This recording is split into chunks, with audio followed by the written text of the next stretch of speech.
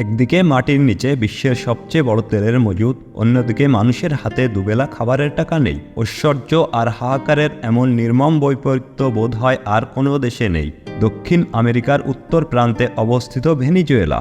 এক সময় এই দেশ ছিল গোটা ল্যাতিন আমেরিকার স্বপ্নের দেশ। যে দেশের মাথাপিছু আয় একসময় সবার উপরে ছিল, আজ সেই দেশেই ভয়াবহ মুদ্রাস্ফীতি আর দারিদ্র্যের কারণে লাখ লাখ মানুষ দেশ ছেড়ে পালাচ্ছে। তেলের খনিতে ভাসমান এই দেশটি কেন আজ ভিখারিতে পরিণত হলো? কেনই বা একে বলা হয় অপরূপ সৌন্দর্যের রানী? আজ আমরা জানব রহস্যময় এই দেশটির ধর্ম, অর্থনীতি আর ইতিহাসের আদ্যপ্রান্ত। ভেনিজুয়েলা আয়তনে প্রায় 9,12,000 বর্গ কিলোমিটার, যা আয়তনের দিক দিয়ে বাংলাদেশের প্রায় 6 গুণ বিশাল এক ভূখণ্ড। ক্যারিবীয় সাগরের তীরে অবস্থিত এই দেশে বর্তমানে প্রায় 3 কোটি মানুষ বাস করে। এখানকার দাপ্তরিক ভাষা স্প্যানিশ এবং এখানকার সংস্কৃতি অত্যন্ত প্রাণবন্ত ও বর্ণিল। রাজধানী কারাকাশই মূলত দেশটির প্রধান অর্থনৈতিক ও সাংস্কৃতিক প্রাণকেন্দ্র। প্রাকৃতিক সম্পদের প্রাচুর্যের হিসেবে ভেনিজুয়েলা বিশ্বের অন্যতম সম্পদশালী দেশ। পৃথিবীর বৃহত্তম প্রমাণিত তেলের মজুদ রয়েছে এই দেশটিতে। একসময় তেলের উপর ভর করে দেশটি ল্যাটিন আমেরিকার সবচেয়ে শক্তিশালী মধ্যবিত্ত সমাজ গড়ে তুলেছিল। তবে বর্তমানে বাস্তবতা একেবারে ভিন্ন।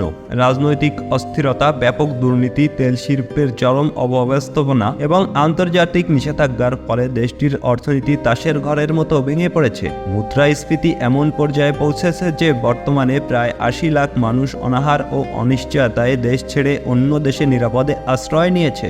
অর্থাৎ মাটির নিচে অঢেল সম্পদ থাকলেও মাটির উপরে এখন শুধুই হাহাকার। ভেনেজুয়েলা প্রধানত একটি খ্রিস্টান সংখ্যাগরিষ্ঠ রাষ্ট্র।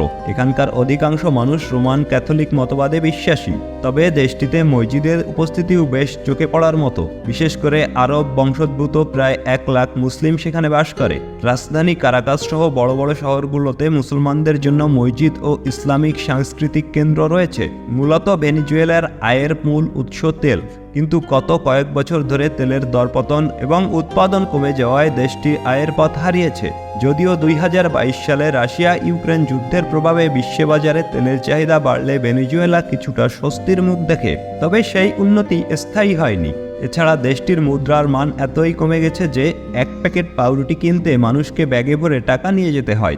অন্যদিকে দারিদ্র্য ও ক্ষুধার জ্বালায় গত কয়েক বছরে হাজার হাজার নাগরিক দেশ ছেড়ে পালিয়েছে। বেকারত্ব ও অপরাধ এখন দেশটির নিত্যদিনের সঙ্গী। সাধারণ মানুষ এখন কেবল বেঁচে থাকার লড়াই করছে। প্রাকৃতিক সম্পদে ভেনেজুয়েলা অবশ্যই ধনী, কিন্তু রাজনৈতিক অস্থিরতা ও ভুল অর্থনৈতিক নীতির কারণে সেই সম্পদ মানুষের কোনো কাজে আসছে না। একের পর এক সুন্দরীরা পাড়ি দিচ্ছেন মেক্সিকো, কলম্বিয়া বা পর্তুগালে। সোশ্যাল মিডিয়া থেকে জানা গেছে জীবিকার খোঁজে অনেক নারী পাড়ি দিয়েছেন তুরস্ক বা ভারতের মতো দূরের দেশগুলোতেও। ভেনেজুয়েলা আজ এক চরম বৈপরীত্যের নাম। উর্বর ভূমি আর বিশাল তেলের মজুদ থাকার পরেও দেশটি আজ রাজনৈতিক ও অর্থনৈতিক কালো ছায়ায় ঢাকা পড়েছে। বিশ্বের অন্যতম সমৃদ্ধ দেশ থেকে দীর্ঘশ্বাসে পরিণত হওয়া এক দেশ ভেনেজুয়েলা।